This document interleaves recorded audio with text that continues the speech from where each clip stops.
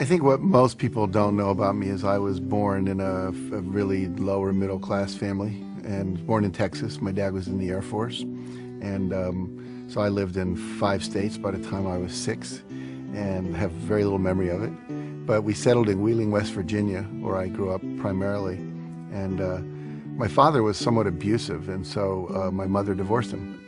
And I got a stepfather who really raised me from the time I was about 6 until graduate high school. And I was a typical middle class, by then, suburban kid in West Virginia, except for the fact that my mother was an alcoholic and my father was a workaholic and sometimes drank as well. So it created a lot of compassion and empathy for me, because I'm very what's called hypervigilant. I notice every little thing, because I had to survive in those families. And also, I think I have a huge sensitivity to pain, and that was really how I got started. The Chicken Soup for the Soul books, which really catapulted my career, those came about when one of my students, some lecture I was giving, said, "You know that story about the puppy you just told?" And I said, "Yeah." She said, "Is that in the book anywhere?" I said, "No." And she said, "Well, it needs to be." I said, "Why is that?" She said, "My daughter needs to read that story." "Well, just tell her the story." "I can't remember. I need to see it in the book." When you're a kid, you have an impulse to act, you act. You want to touch the cat, you want to throw the cat out the window. You want to stick your hand into the VCR and put peanut butter in there, you do. The problem is, as we're growing up, we get conditioned by our parents and our caretakers and our siblings and our teachers and coaches and nuns and all these different people that come into our life. Don't do that. Stop. That's bad. You know, we get slapped and told we're not okay. And so after a while, when we go to do something, we're looking, is it okay if I do this, you know? Instead of just doing it. All my sons and my stepson and my stepdaughter have been great risk takers. They're all artists. One's a drummer, one's a hip hop singer. One is he's in high school, but he's in a school play. He just had to leave the school play. He sings, and then my daughter's a singer, and my other son is very athletic. He's a surfer. He snowboards as well, and he's always inventing games and trying out new things. Always on the edge, you know. Always coming in with cuts and scrapes, which I love, because they're out there on the edge of their potential, exploring how they can keep pushing it. And it's not that they never get scared or they never feel rejected and have to go through things, but they seem to rebound very quickly. Every one of us knows what we want. We can feel it. I'll just tell people, if you could have anything you want and there were no limitations, what would you do? And everyone has an answer. Little kids, big adults. And that's their core essence. And if we all just fully do that which we're passionate about and understand the principles for how to bring that into being, then I believe the world will work perfectly. And that's why I do what I do.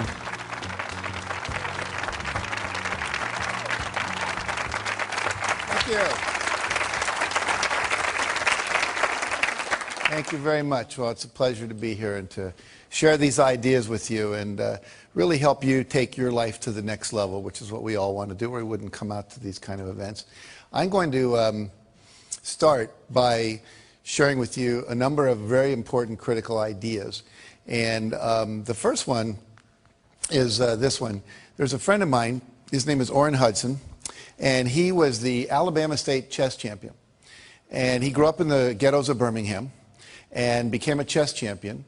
Then he was the #1 Cadillac dealer and became a professional speaker.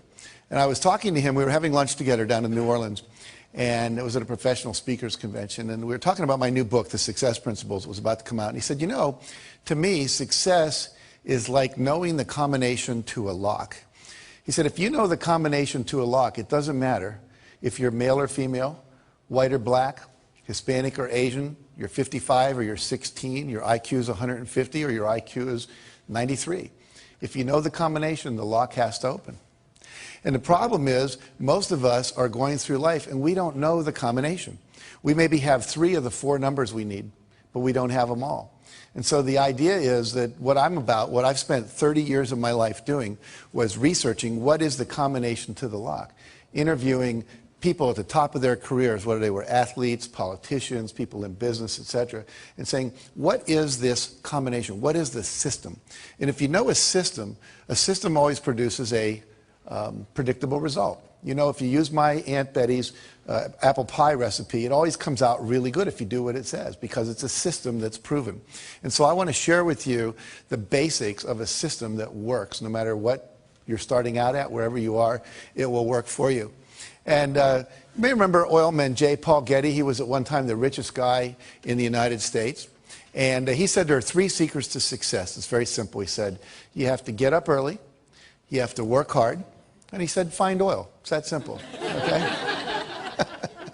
Now, obviously, it's not that simple. If it were, we'd all just go do that. And so I wrote this book called The Success Principles, and in it there are 64 principles of success. 64. Now, that's a lot. A lot of people go, you know, that's like too much to learn. So what I've done for you today, we're going to cover about 8, 9 of those principles, the core essence, the necessary building blocks that if you do them, they'll take you to the next level. Now, the promise I always make people is threefold. If you do this work and you apply it to your life, and the key is apply it, not just listen to it, but put it into practice. Number 1, you can double your income. And number 2, you can double your time off. And you can create more balance in between your work life and your family life and have a lot more fun. And you can do that in 3 years or less. Now, how many people here, if you could double your income and double your time off in 3 years or less, would be interested in learning how to do that? Okay, good response. We're talking to the right crowd. So basically, how do we do that? And I first of all want to tell you that it is possible, because a lot of times people go, well, how do I know I can really trust you? Well, I've done it in my own life, and I've taught hundreds of thousands of people to do this around the world. Just a couple of quick little stories here. We work with a company called RE/MAX of Indiana. It's a real estate company. And we taught them these principles. And in the first year, 65% of the people doubled their income. By the end of the second year, over 85% of the people had doubled their income. And the company had doubled its total revenues. And went on, many people tripled and quadrupled their income in 2 years or less, okay? In my own life, here's one of my students, Scott Schilling. He said, I took your training and I learned these principles. And literally, he said, I made 22% of my 365-day salary in just 2 days after working with you. Now think about that. That's a fifth of his yearly income in 2 years. I mean, 2 days, rather.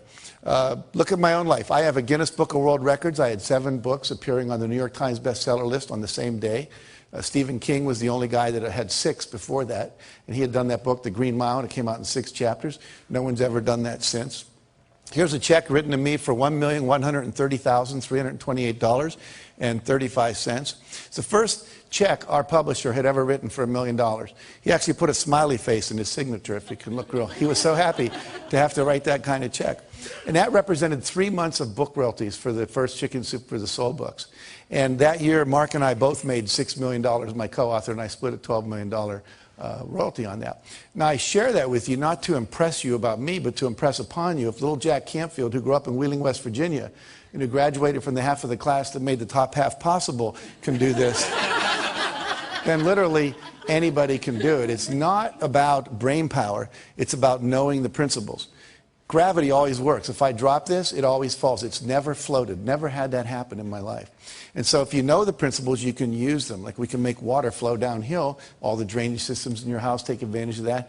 Gravity works. So what are the principles, again, that work for us? Now, Jim Rohn says you can't hire other people to do your push-ups for you. I love that quote. I can't hire, what's your name? Rob. I can't hire Robin to go to the gym and work out for me and have my muscles get more toned.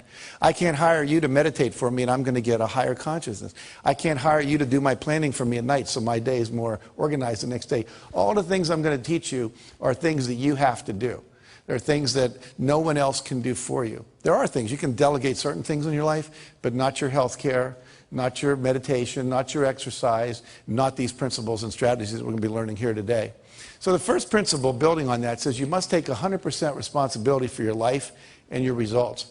And what that means is you have to give up all blaming, all complaining, all excuse making, all looking out at the world and saying, well, if the world were different, then I would be better off. Right now, we're all upset about the Chinese and the Indians are using more oil, which is sending the oil prices up, and we wish that wasn't happening. Some of you may love the president we have, some of you may not. We go through all these things where we say, if it wasn't for that, if it wasn't for the war, if it wasn't for him, if it wasn't for her, if it wasn't for the economy, then my life would be working perfectly.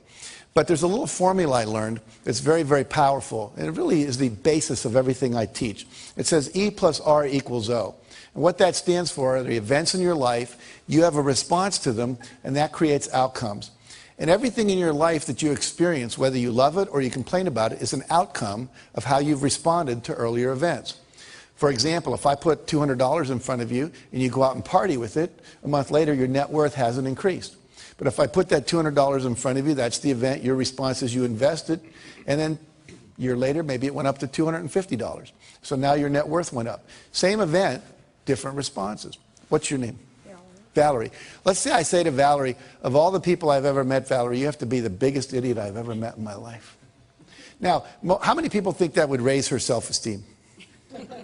No hands go. How many people think that make her self-esteem go down a little bit? Yeah. See, everyone that just raised your hand was not listening to the lecture called E plus R equals O.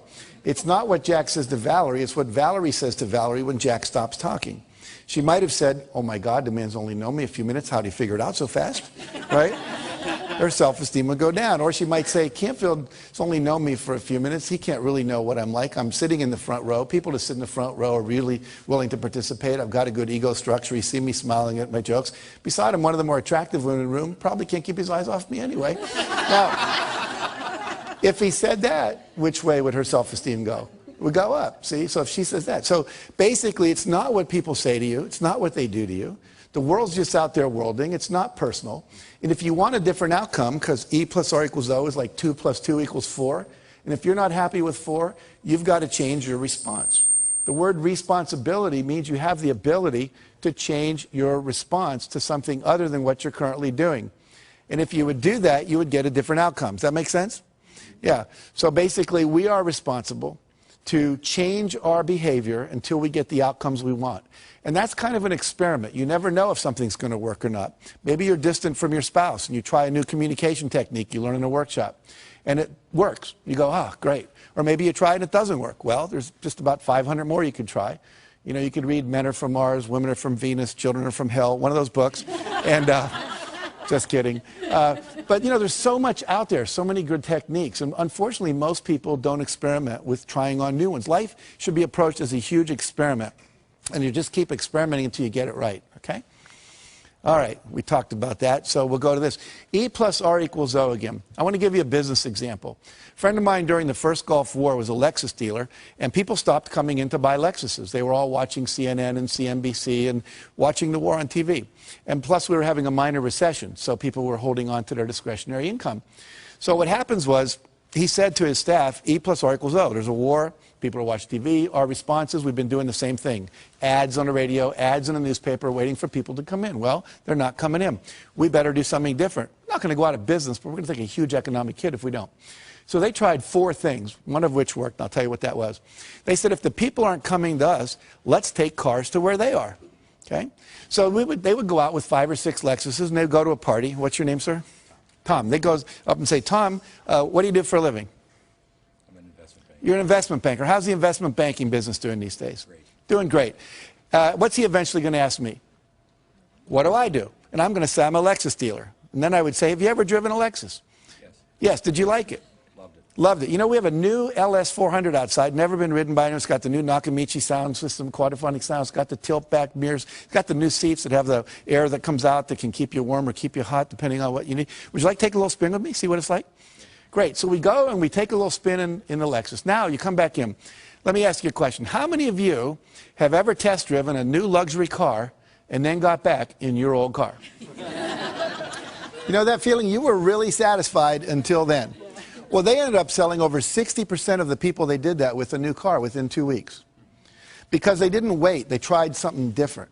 And if you keep experimenting like that, you'll find the R that works, but you have to be willing to take a risk. And the reason most of us don't do that is we don't want to feel uncomfortable, because all new things require discomfort. I'd like you all to do this with me real quick. Fold your hands like this, and you can do this watching at home, in your hotel room, wherever you might be if you're watching this on a TV set. And notice which thumb is on top, your right or your left. And whatever that is, I'm going to ask you to unfold all your fingers and have the other thumb show up on top.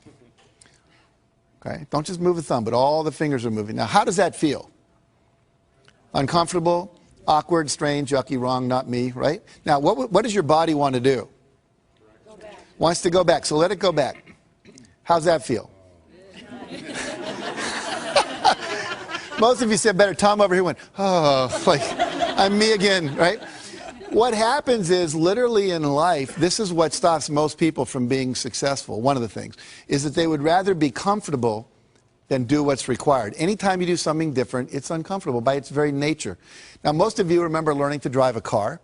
You were probably awkward. You know, you forgot to hit the clutch when you hit the brake. But after a couple months, you're there driving with your knee. You got a Big Mac in your left hand. You're breaking up a fight in the back seat with the kids with your right hand. No big deal. But you have to be willing to go through that awkward, uncomfortable stage. And most people, unfortunately, won't do that. And so they get locked in what we call their comfort zone.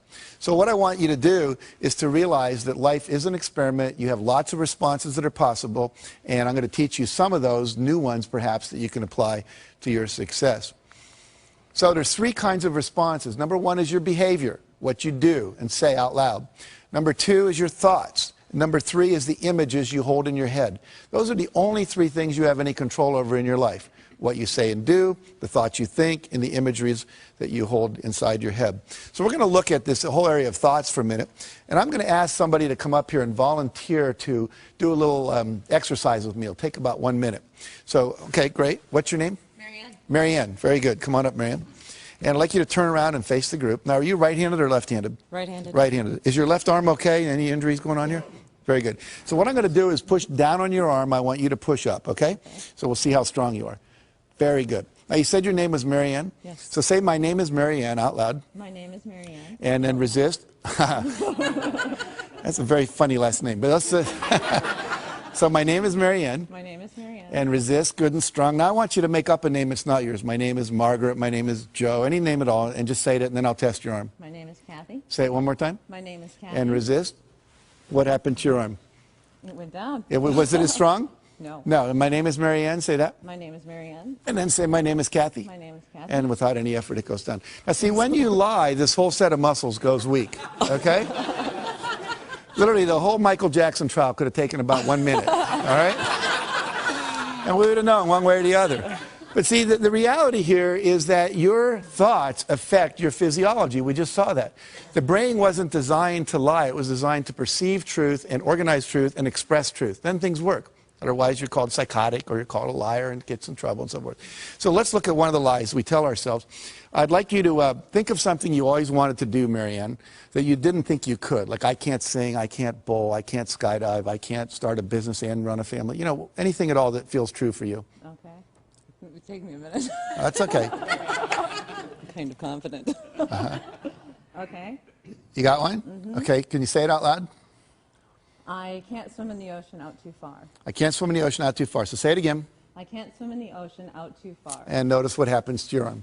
Now say, I can swim out in the ocean as far as I want. I can swim out in the ocean as far as I want. One more time. I can swim out in the ocean as far as I want. And resist. Notice what happens now. You're twice as strong. So what happens is when you say I can't, you actually weaken yourself. You weaken your resolve. You actually change your physiology, become less resourceful. You're less capable to actually do the thing you're saying I can't. So it becomes a self-fulfilling prophecy. Do two more quick things with me. Close your eyes and remember a failure experience in your life. You're not going to have to share it with anybody, just to yourself. But you set a goal and somehow it didn't work out. And when you can remember such a time, just nod your head. Okay. You got one? Okay, so I want you to visualize what you saw at the moment you knew it wasn't going to work. There's the pink slip, person slamming the door, whatever it is. And when you have that image, just imagine, just nod your head. Okay, and notice what happens to your arm. Now open your eyes. Did you eat any meals today?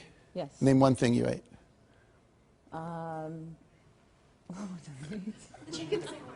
Chicken sandwich. Chicken sandwich, okay, good. You brought your agent with you? Okay. A friend. Yes. All right. So now close your eyes and remember a time when you had a success experience. You set a goal and you achieved it and you were really proud of yourself. Can you remember such a time? Mm-hmm. And vision what you saw then. Make a real clear picture in your head of what you saw when you knew it was a success. Okay. And resist. No, it's really good and strong.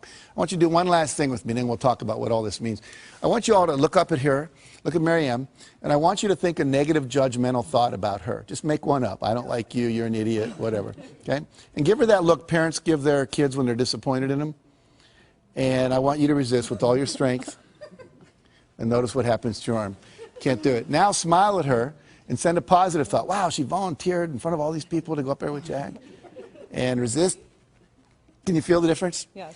So what happens here is when you say I can't, when you lie, when you focus on your failures instead of your successes, and when you surround yourself with people who are judgmental rather than encouraging and empowering, it actually has a physical effect on you. So that's how powerful thoughts are. We see that our thoughts affect us and other people's thoughts affect us. So we have to be very careful where we place ourselves and who we hang out with and who we surround ourselves with. Give Marianne a hand for coming up here. Thank you very much. Okay. So partly here, we've just done this thing. This is called a kinesiology demonstration. Kinesiology is a fancy term for muscle testing, all right? And one of the principles here is you have to eliminate the phrase I can't from your vocabulary. I can't, I wish I were able to, I'll try. Those are all ways of saying I'm not capable.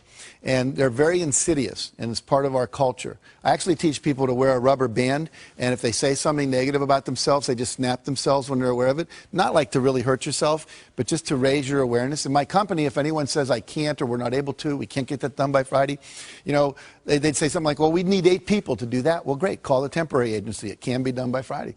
And if they'd say something negative, it cost them $1. We'd find them. We'd put it in a jar, and at the end of the month, we'd give it to charity.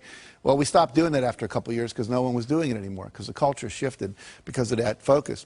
Henry Ford said, whether you think you can or think you can't, either way, you're right.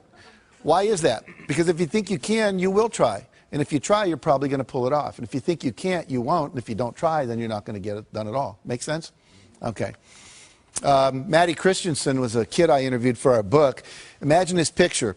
He has no leg from the knee down on this leg, no leg from the knee down here. 2 prosthetic devices that he's got. His right arm is just a normal prosthetic device, and his left arm from the elbow down is a prosthetic device with a lacrosse stick appended to the end.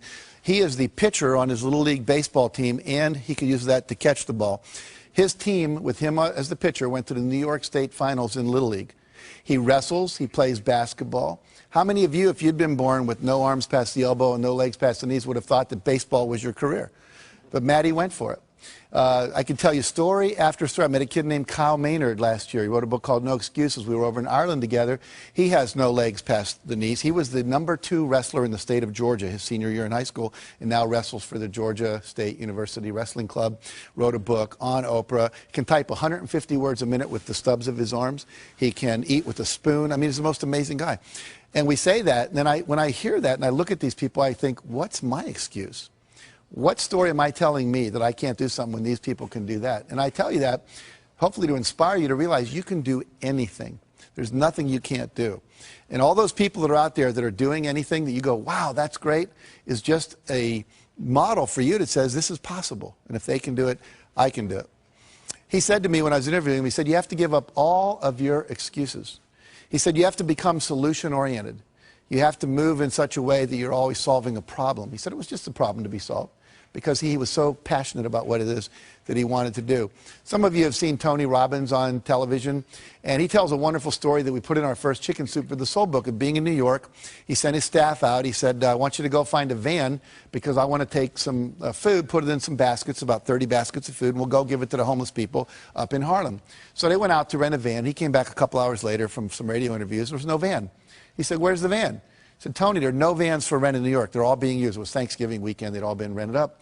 He says, well, why didn't you just go get one from someone else? I said, Tony, people own them. They're using them. He says, come on. And they went out on the street, and the first van that came by, Tony jumped out in front of it like this and started going like that. Now, Tony must be, I don't know, 7 foot, 8, 10, whatever. He's big.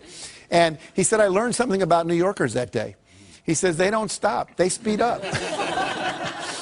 So he said that strategy wasn't working. E plus R equals O. We need a different response. So they went to where the cars had to stop, called a traffic light.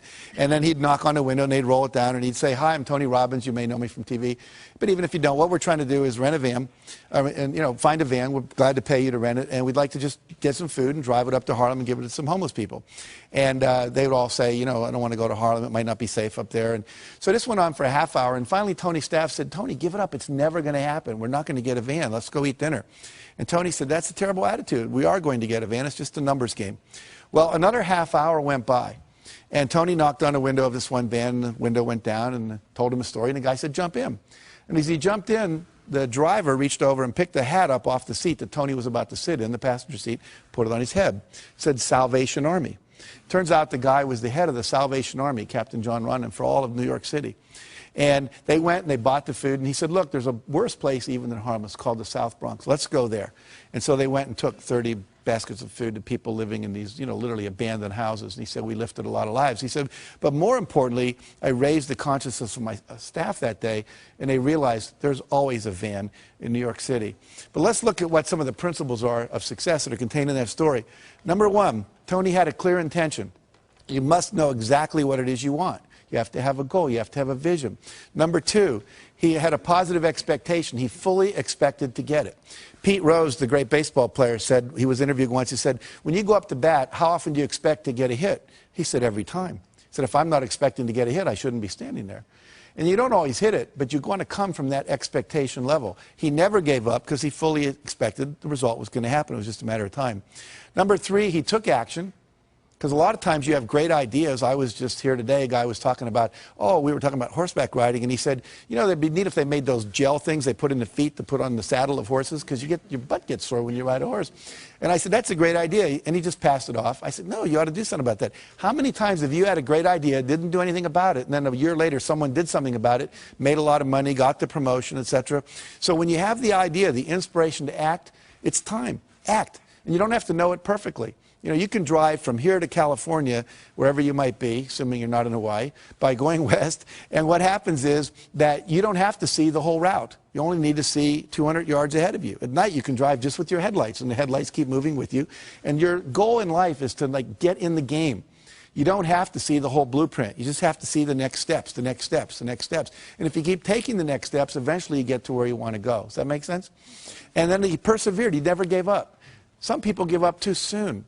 We were rejected by 144 publishers when we did Chicken Soup for the Soul. Most people don't know that. What if we'd have stopped after 100? Said, well, this isn't going to happen. I wouldn't be standing here talking to you today. We just kept on going until we got the result. It took us a year and a half to sell that book, but we sold it. Now, the last thing is called law of attraction. We believe that when you are vibrating at the level of 100% expectancy that you're going to get something, it's already a done deal. Piece of cake, no big deal. We're going to win this thing. We're going to get that contract. I'm going to make this thing happen. Then what happens is the universe literally responds. And we're going to talk about this a little more later. Now, who is the most perfect guy to come in a van for Tony? Could anyone be more perfect than the head of the Salvation Army who knew all the places in New York and was committed to doing this? Well, they had to wait for an hour because he wasn't there yet. See? So sometimes when you're doing this, you're putting on it the vision of this should happen by this date. It's okay to set goals like that, but sometimes it takes a week longer, a year longer, whatever. But law of attraction says if you'll just hold the expectancy, like attracts like, if you say, I want to be a millionaire, but I don't know anyone that would ever teach me how to do that, or I want to buy a car, but I don't have any money, then what you're doing is saying, it's like calling up Domino's Pizza and saying, send me a pizza, then calling them up a minute later and saying, never mind. It's like, you've got to create the space mentally to hold this vision that you've got. And that requires expectation and then knowing that the perfect thing is on its way, just as it was in that situation for Tony. In the Success Principles, I write about a woman named Catherine Lonigan. Catherine Lonigan went off to college. She wanted to be a writer, and she took her first writing class, and she got an F.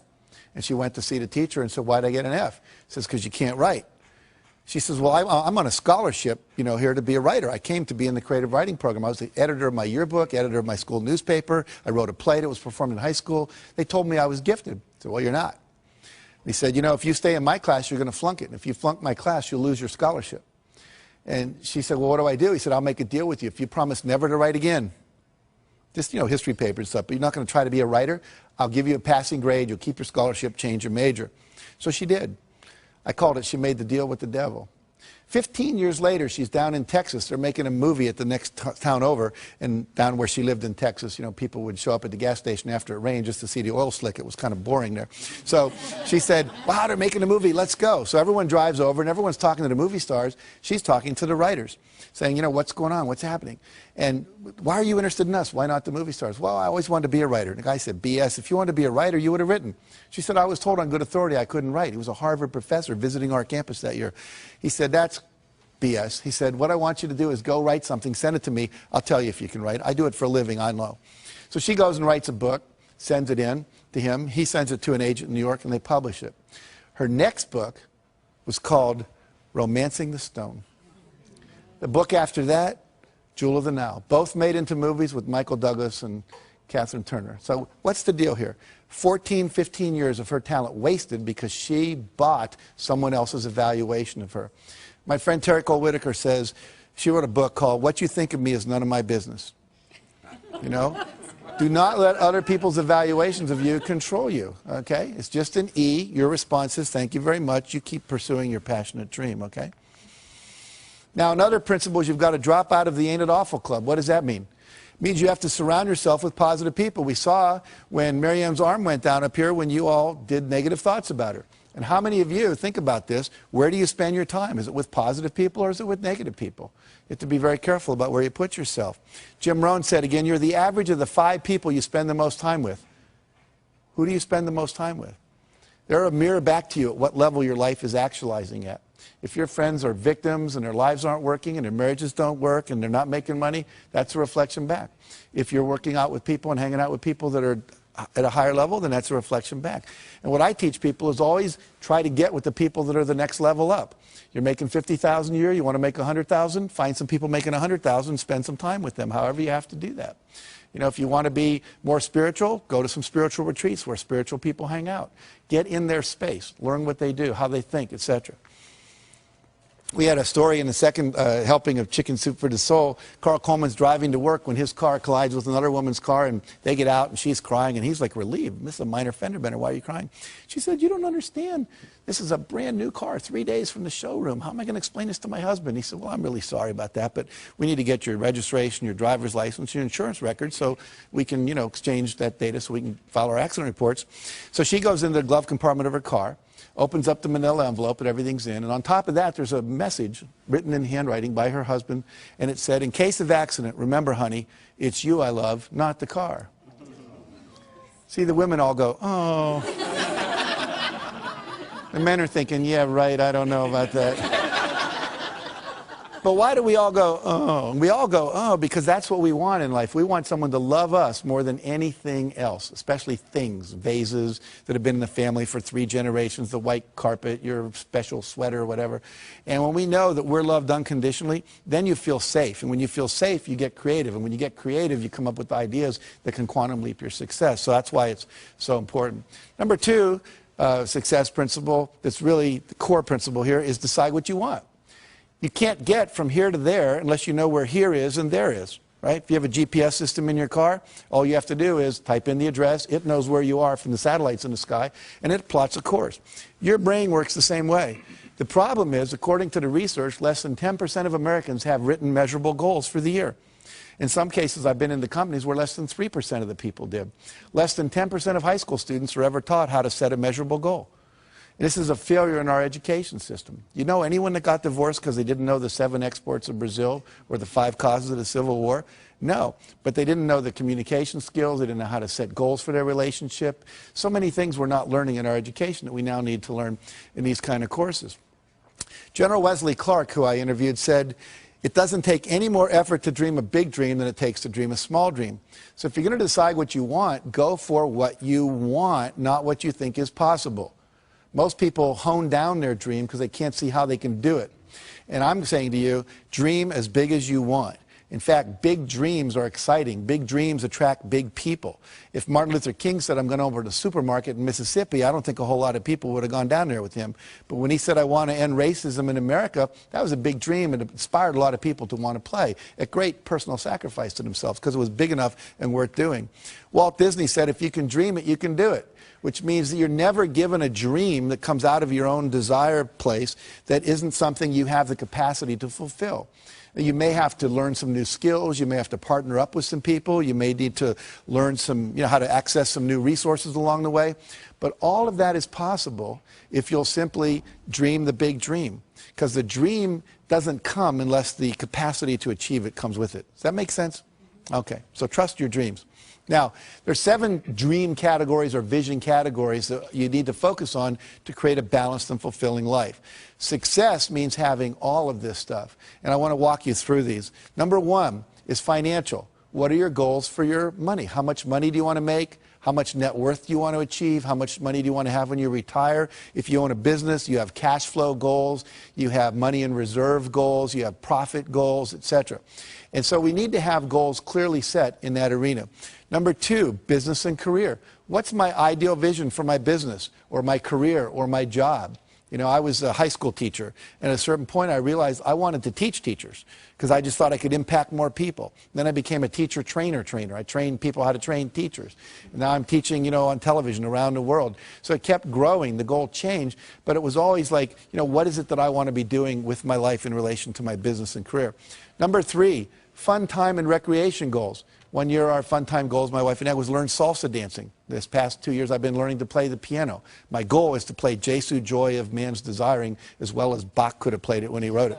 I'm not there yet, but I'm working on it. And so, you know, one year was to go to the Eiffel Tower. We took our kids and we walked up as far as they let you walk, which is about 2/3 of the way up there. Number 4, health and fitness goals. These are things like weight you want to achieve, cholesterol levels. Maybe you want to run a 10K or a marathon. There's just so many possibilities in that arena. Maybe you want to, you know, have your waist come in by a couple inches. You want to grow some hair back. I mean, there's just a number of things you can decide about in that arena of health and fitness. Number 5, relationships. What would your ideal relationships look like? One year I decided I didn't have enough male friends. So I created this thing called Boys Day Out. I'd read this article about Kenny Rogers, the singer, and he brought all these athletes down to his ranch in Virginia, and they would spend a week playing all these different games, tennis and soccer and basketball, and I thought, well, I can't do that, but a day a month would be cool. So I asked a bunch of guys that had control of their schedule, lawyers and psychiatrists and people like that, and we created this day, and we would do guy things. We'd pitch pennies, throw baseball cards, play soccer, go to the racetrack, do ice hockey, broom ball. I mean, you name it, we attempted to do it. And it was really a lot of fun. And all of a sudden, I had the guy energy that I needed in my life. Instead of just complaining about not having it, I said, what's my goal? I want this many men friends, and I set out to create it. Number 6 is personal. And this is just things you want to do because you want to do them. You want to write a letter and get it published in the newspaper. You always wanted to act in a play, just, you know, because you thought it'd be cool, or record a song. Or this could be where your personal growth goals, your spiritual growth goals are. You know, you want to reach enlightenment before you die, learn to meditate, you know, get to know a closer walk with God. Whatever it is for you, that's that arena. And finally, contribution and legacy. What is it that you want to leave to the world? What's your vision of your contribution that you leave behind? You know, we've planted over 1 million trees through our work we do. We've given over $3.5 million in the last couple of years to all kinds of charities, limbs for kids that have lost them, child abuse prevention, so forth and so on. So we picked 5 or 6 areas. We said, we want to make a difference there. Habitat for Humanity, we built some houses and so forth. So what is it you want to do? Pick one thing in your vision and go for it. Now, if you had success in all these arenas of your life would be balanced, your life would be fulfilling. And here's the neat thing. Nobody can tell you what you should want in any of those areas. It's what you want, not what your mother, your wife, your pastor or anyone else says you ought to have, but what do you really want to achieve in your vision? And I usually ask people to look 5, 6 years out about that. You can look farther if you want. And then to write down, you know, all the details, like you're putting in a purchase order to God, okay? All right. Create a breakthrough goal. This is a thing you want to do where you create a goal that's going to quantum leap your career. So something that if you like wrote a best-selling book, that would be a quantum leap goal. Had your own radio show, that'd be a quantum leap goal. Opened up China as a market, that would be a quantum leap goal. And it's a goal that would not be like a 5-yard play, but like a 50-yard pass play on the first down. And so what you're going to do is set that goal. And here's some examples of past clients of mine. Create a $10 million revenue stream through internet sales. Create my own 30-minute talk show. Get our product sold on QVC. Secure a $10 million line of credit for their company. Teach a weekly holistic health class for the public. And become a wellness coach for a major corporation instead of continuing being a doctor on call all day. And what you do is with your breakthrough goal, once you've decided what that is, you do something we call the rule of 5. Write your goal on your business card and carry it like I carry mine in my wallet at all times. And then once you've done that, every day you're going to do, this for this year, it says, I'm joyfully celebrating 15,000 people having completed the Canfield Success Principles coaching programs. What that allows me to do is have you all get value without me having to leave my house, see? And that's a breakthrough for me, so I could travel less, be home more, etc. And with the breakthrough goal, we say the rule of 5. That means every day you do 5 specific concrete actions to move that goal forward. You're not going to do that in all 7 arenas of your life. It's just too time consuming. But if I wanted to be a best-selling author, then maybe I write for so many minutes. I do some interviews each day. When we brought out Chicken Soup for the Soul, we sent out 5 free books every day to people that could promote that book. One day we couldn't think of anyone to send it to. We sent it to the O.J. Simpson jury, and we gave them each a book. And about 5 days later, they're all walking into court carrying Chicken Soup for the Soul. And the cameras were all going, made national news. And so if you just do something every day toward that goal, there's something called the law of probabilities, which says the more things you try, the more likely one of them will work. They may not all work, but if you only try 2 things, the law of probabilities is not on your side. Try 100 things, one of them is likely to hit. Does that make sense? Okay, good. Mentioned we did that. In this book, which was rejected by, what? I told you, over 144 publishers, went on to sell 10 million copies in 41 languages because we did 5 things every day. We did not hit a bestseller list until 14 months after the book came out. 14 months. And most people would never sustain it that long. And it's kind of like the universe tests us, I think. How committed are you? How badly do you really want this? And if you go for it and do the rule of 5. Bill Bradley was a great basketball player, played for the Knicks, was All-American at Princeton. In high school, he was an All-American. Every day, he'd find 5 spots on the basketball court, and he would have to shoot 15 in a row before he would go in. And sometimes he'd be out there 2 hours after everyone else had showered and gone home. He did that all through college, all through his professional career. What happens? He goes on, becomes NBA Hall of Famer later, senator from New Jersey, because he was willing to prepare. You have to be willing to do the work as well as dream the dream. The third thing says unleash the power of goal setting. So now we got this vision, things we want, but we have to get and turn them into objectives. And they have to become measurable in time and space. And the key words here are how much by when. I want a big house. Well, what's big? For some people, it's 4,000 square feet. For Bill Gates, it's 35,000 square feet. It's a real different definition of what big is. And by when do you want it? Well, I would like it by June 3rd, or 2007, or I want it by January 5th, 2010. Be very specific. Now, we said it may not show up exactly then, but the more specific you are, your brain will figure out what has to happen to get it to happen in that time frame. So here a person says, I'd like to increase my income. They're better off if they say, I will earn $200,000 by 5 p.m. December 31st.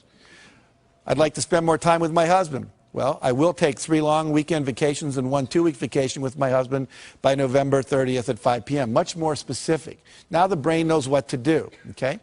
I'd like to spend more time with my wife. I'll take ballroom dancing lessons with my wife for 12 weeks from September 21st to December 21st. As soon as we get specific, there's a part of your brain that starts calculating what to do. If you call a travel agent and say, want to go on a trip, what's the first thing they ask you? Where do you want to go and when do you want to go there? And until you tell them that, you're stuck. And your brain works the exact same way, that little GPS system. I'm going to lose weight and get fit. Needs to be, I'll weigh 190 pounds or 140 pounds by a certain date. Make sense? Again, less than 10% of Americans do this. And guess what? 10% of Americans own 90% of America. And guess what? They're the same people because they're clear about what they wanted, clear intention. All right. Next area is images. We now know that your body cannot tell the difference between a real event and an imagined event. Okay? If I were to have you close your eyes and imagine you were standing in the middle of a very small terrace on top of the tallest skyscraper in the world, you'd start to have queasy stomach and your hands would sweat because your body would really think it was there, even though you were safe in this room.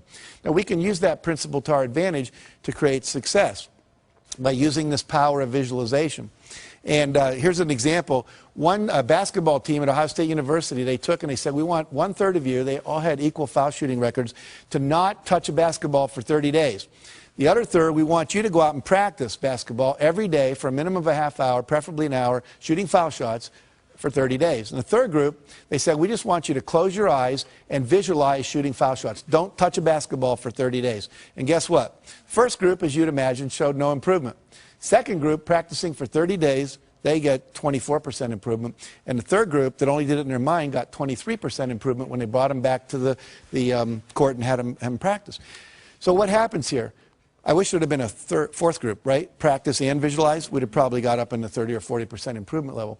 But what this tells us is simply By visualizing your goal as already completed, by seeing it nothing but net every time, the body starts to respond and adjust itself to create the result. So one of the great success techniques is people that are super successful are often called visionaries, and the reason is they close their eyes and they see the future. You create your future by envisioning it, okay? And I recommend you do that every day at least twice, once in the morning when you get up and once before you go to bed. They did a study at NASA where they took astronauts and they had them wear concave lens goggles, which meant you see the world upside down. Imagine trying to negotiate relationship with me and I'm hanging from the ceiling and my right's my left. It'd be pretty complicated. These goggles had no peripheral vision and they had to wear them 24 hours a day for 30 days. What they were expecting was to see if they'd get nauseous, become hostile, lose sleep, to see how they'd handle disorientation in outer space. What they hadn't predicted was that about 25 to 30 days into it, every one of the astronauts, their brain flipped the image right side up again. They're still getting upside down input, but they created new neural pathways. And they came out of this, the psychologists came up with something they call a 30-day principle. And what the 30-day principle says is that if you want to change a behavior, change a habit, anything at all, you must, in fact, do it for 30 days. Uninterrupted, because they tried a subsequent experiment where they had half the astronauts take their goggles off on day 15, keep them off for one day, put them back on again. Took another 25 to 30 days before they flipped them right side up again. So we know that it's current, contiguous, everyday repetition. This is why most New Year's resolutions don't work. It's why most corporate change programs don't work. It's why most of our school programs don't work. There's not that 30-day uninterrupted. This is why basic training in the Marine Corps does work. Because they got you down there for 6 weeks, and they're not letting you out of their sights, and you're in a context that's held tight for that 6-week period. So if you want to visualize, your goal is already achieved, minimum of 30 days. That make sense? Okay, good. Let's see here. I'm going to skip over that real quick and get to this. Now, the reason this works, where your vision becomes real when you visualize what it is you want, is there's two things that go on in your brain. You have a vision of what you want, you have the current reality, they don't match. Okay? And what we want to do is purposely create that. It's what advertisers do. Imagine yourself in the new car. It's like the guy getting out of the Lexus we talked about earlier, getting in his old car.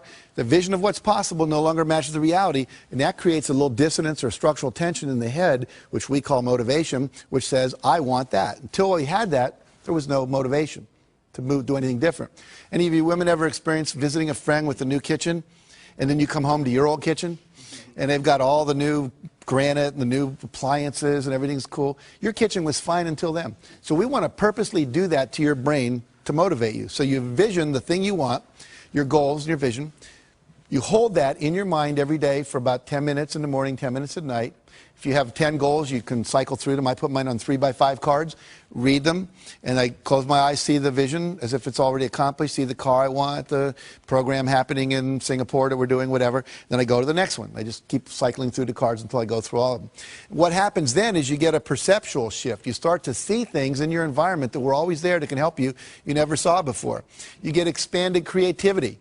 You start noticing that the things that you want, you wake up in the middle of the night, you're in a shower, you start going, oh, that's how we could do it, that's how we could do it, that's how we could do it, that's how we could do it. And unfortunately, most people aren't having those kind of breakthrough ideas because they're not holding the vision. The third thing that happens is you have increased motivation. You'll find yourself doing things just out of nowhere, boom, you get up and you do something, like volunteering. Sometimes people do. That's not like me, but you just do it because you've been holding this that creates it. Now, what happens is that then creates the action that you need to have for the result to occur. Now, I want to show you how this perception shift occurs because this is magical. There's a sentence up here, and we're all going to read this on the count of 3 out loud, if you would. 1, 2, 3. Finished files are the result of years of scientific study combined with the experience of many years. Very good. Now, I'm going to put that back up, and we're going to time 10 seconds on my clock here. I want you to count the number of times the letter F appears. How many Fs are there in that sentence, okay? And when you do this, keep it to yourself. Don't say anything out loud, all right? So here we go.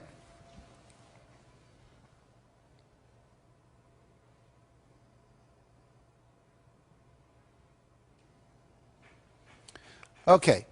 How many counted, by show of hands now, it's real important you participate. How many counted 3 Fs? Hold your hands up. We got about half the audience more. How many counted 4 Fs? About 5 people. How many counted 5 Fs? About the same amount, 7 maybe. How many counted 6 Fs? 1, 2, 3, 4, 5, 6, about 8 people. Anyone count 7 Fs? All right. Now, were we all looking at the same sentence? Go like this. And yet some people saw 3 Fs, some people saw 4, some people saw 5, and some people saw 6. Let's look to see what the real objective reality is up there. There are 3 Fs that I'm sure most of you saw, correct? But there's also 3 more. There are 6 Fs in that sentence. Now, do you think that Bill Gates and Michael Dell and Steven Spielberg and George Lucas see more Fs out in the world than most of us do? Yeah, these are resources. These are possibilities. These are options. These are people that can invest. These are people that can give a good hug. When you visualize what it is you want, it opens up your perceptual filter to let in more information. Right now, you're not aware of what you're feeling in your right foot, but as soon as I say it, you can all feel it. It was getting filtered out by a part of your brain called the reticular system. You are filtering out resources and solutions to your problems all day long. And the only reason you're filtering them out is because you've not had an image in your head that you are going to solve those problems and get those results. Once you do that, it programs this part of your brain called the reticular activating system to open up and let in more resources, to let you see. You'll only see enough to match your vision. If you think you're a $100,000 a year person, you're going to see just enough to make you $100,000 a year. If you think you're a $300,000 a year person, you're going to see just enough to do that. Your perception is controlled by your beliefs and your goals, okay? So it's critical that we change all that. Now, let me give you just a couple more principles. I'm going to kind of speed through these like the last 500 years of European history, you know, when the last lecture you had in college.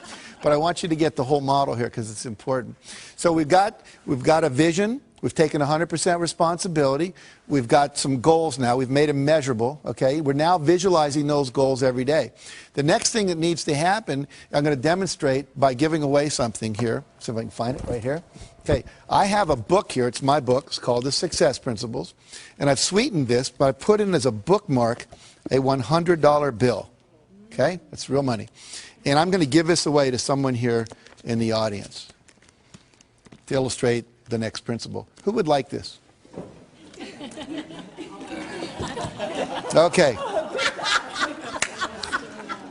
Marianne, good job. Now, what did only 5 people in this whole room do that no one else did?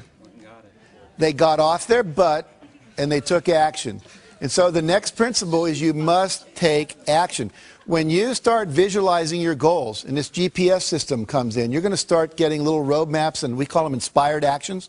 You're going to start getting inspirations to act. You must act on them. I've had people, sometimes nobody gets out of the audience, and then I'll ask them, how many of you thought maybe what you ought to do is get out of the audience? And like half the hands go up. I'll say, what stopped you?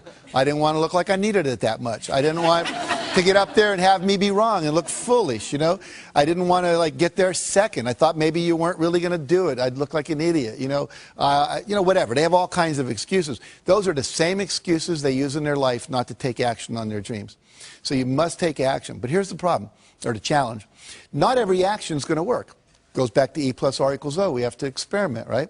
So if not every action is going to work, you have to take action, and then you have to assess, did it work? And here's the next principle. Ask for and respond to feedback. Ask for and respond to feedback. Let's say that I was married here. What's your name again? Valerie. Valerie, yeah. So Valerie and I were married, right? And what I would do every week if we were husband and wife is I would ask her, on a scale of 1 to 10, how would you rate the quality of our relationship? Anything less than a 10 gets a follow-up question. What would it take to make it a 10? If we were in business and I was a vendor and you were a client, I'd say on a scale of 1 to 10, how would you rate the quality of our product or the quality of our service or the quality of our delivery? And anything less than a 10 gets a follow-up question. What would it take to make it a 10? That gives me directive feedback on how to improve. Why don't most people ask that question in life? Anyone know? They're afraid of the answer they're going to get. Here's what I want you to get. Everybody in your life, if I'm married to Valerie, her mother knows, her sister knows, the women down at the shop where she shops know, the women in the salon know that she's not happy with me. I'm the only one not in on it. And I'm the only one that can make it better. Isn't that absurd? So asking for feedback is a really critical thing. Asking is a critical principle, period. If I want more, I have to ask other people, participate, support me, be my mentor, be my coach, buy my product, whatever it is. And again, most people don't ask for what they want. And the fear there is fear of rejection. I want to talk about rejection. If I ask Valerie to have dinner with me afterwards and she says no, Most people go, woo, Jack got rejected in front of all those people and on television and oh my God. But see, let's look at it. Did I have anyone to eat dinner with before I asked Valerie? No. Did I have anyone to eat dinner with after I asked Valerie? No. Did my life really get worse? No, it stayed the same. See, if I apply to Harvard and don't get in, I wasn't in Harvard before I applied, I'm not in Harvard after I applied. And as one of my friends pointed out recently, you spent your whole life not going to Harvard. You know how to handle that, right? It's not that difficult. So you have to be willing to ask. You have to reject rejection. And then the other key, after you respond to the feedback and give the feedback, is you've got to persevere. You never, ever, ever, ever give up. 144 publishers said, no, we're not interested in Chicken Soup for the Soul. We didn't give up. I had a friend who wanted to be a chiropractor up near Pebble Beach, California, and he went to the Chiropractic Association and said, you know, would you help me open my office here? And they said, no, we really don't want any more chiropractors here. We're going to recommend you go somewhere else. We have one chiropractor for every 8 people. He said, well, I really want to be here. So he ignored them. Remember, what you think of me is none of my business. And he went out, and he literally knocked on doors for 6 months. Knocked on 12,500 doors, talked to 6,500 people, and asked 4 questions. You know, should I name my office this or this? Should I put it over on this side of town or that side of town? If I wanted people to come in before or after work, if they had a 9-to-5 job, would I be better open 7 to 9 or 5 to 7? And finally, he said, what newspaper should I advertise in? And lastly, he said, if I do an open house, would you like an invitation? 6 months later, he opened his office. His first month in practice, young kid, still in his 20s, out of chiropractic school, made $72,500 net profit. He netted over $1 million that year. Now, what did he do different than most people? He went out and he engaged people. He asked them, would you like to come? Would you get involved with me? I was giving his talk, and a guy came up to me and said, you know, I've been coming to this church where I was talking to, he said, for 15 years. And now you're telling me about this guy. You know, he came and he knocked on my house. And I talked to him. And I didn't need a chiropractor for 5 years. And then once I had an accident at church, at work, and he said, I still had his card on my bulletin board in the kitchen. And I went to him because you know him. See, we do business with people we know. Okay, so never, ever, ever give up. Ever, ever, ever. Now, other principle, and we'll start to wrap this up here. It's never too late to start. Some of you are sitting here or you're viewing this and you're going, but I'm too old. I want to tell you 2 quick stories. Helen Klein. At the age of 55, her husband comes to her and says, I want to train to run a 10K race. That's about 6 miles. She said, are you crazy? We're in our 50s. He said, no, I want to do it. Why don't we just run around the backyard? Now, their backyard was about 3 times bigger than most of our backyards, but it wasn't a ranch or anything. They ran around, and they just dropped dead almost at the porch in the back. Like, and she said, I was so disgusted with myself, I decided the next day I would either walk or run around twice, the next day 3, the next time 4 times. She just kept adding 1 lap every day. Then she started doing it around the block, and she would add a lap every day. Well, in 6 months, she got to the point where she could run a 10-mile race, and she entered it. Now, I met her when she was 83. She was getting an award at the same place I was in California. And she had just finished running a 100-mile marathon. She's run several 24-mile marathons, 5 75-mile ultramarathons, including 1 all the way around Lake Tahoe. She started when she was 55. Cliff Young shows up, Australian, 61, sheep herder, to a race that goes from Sydney to Melbourne. It's about 800 kilometers. He's not wearing Nikes. He doesn't have on Pumas. He's not wearing the latest running gear. All these world-class athletes are there. He's wearing Oshkosh overalls over a T-shirt with a baseball cap, work boots, and galoshes. And they're all laughing at him, like, you crazy? Is this some kind of publicity? So he says, no. He says, what running experience do you have? He says, well, I chase the sheep around. We don't have a horse or anything, so when, Anyway, they take off, and they're going crazy, and they're running and running and running and running, running, and he just kind of starts shuffling off like this. That night, all the other runners went to sleep. You're supposed to run 18 hours and sleep 6. Well, no one told Cliff that you were supposed to sleep. So he didn't know. So because he didn't know, he didn't do it. He said, I've stayed up many nights chasing my sheep around and make sure they didn't get in trouble. So he's running, and he runs right by him. And because he runs right by him, no one tells him to stop because they're all asleep. He cut 5.5 hours off the world record for that race. Okay? So here's the deal. Doesn't matter how old you are. And the other thing important in that story is the less you know about how you should be and you just go for what you want. See, most of us, we have all these beliefs that are limiting us. Find the stories that inspire you and start believing that. Believe you can. Talk to yourself in a positive way. And if you do that, you can create miracles in your life. And I'll end with this story. One of my favorite stories, a minister gets a call from his parishioner. Her name is Aunt Hattie, they call her in the church, and he's Reverend Jim. And she says, I just went to the doctor, and they called me and said that I've got terminal cancer. And they said I got 6 months to live at the max. And I'd like you to come over and help plan my funeral with me. He said, well, he tried to comfort her. He said, no, don't comfort me. I'm really old and I've lived my life and achieved all my goals. I'm very happy. But I don't trust my kids to do the funeral right, so please come over and we'll plan it.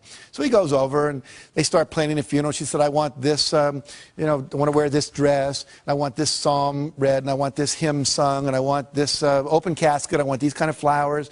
And I want this poem on a card, a memory card with my picture that people can take away. And then she said, I want to be buried and I want to have my Bible in my left hand and a fork in my right hand.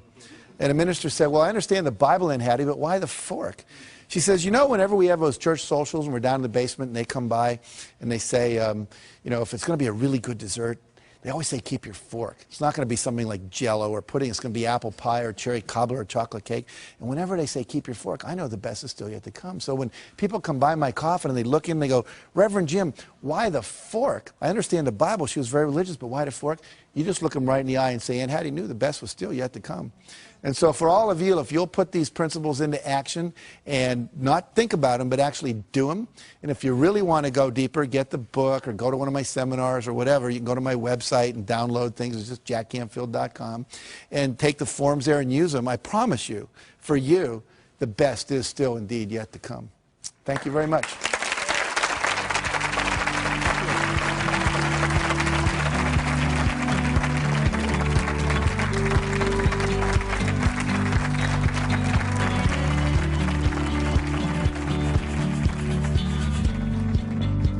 If you've got goals, you got a vision of what you want to get from where you are to where you want to be, you're going to have to take some steps, and a couple of those may be uncomfortable. And so what? You can either sit there and justify where you are and rationalize, and I love the word rationalize, they're rational lies to justify your current reality, or you can do what's necessary to create what you want. And the people that create what they want tend to be happier, tend to be more fulfilled. Which do you want? I pick happy.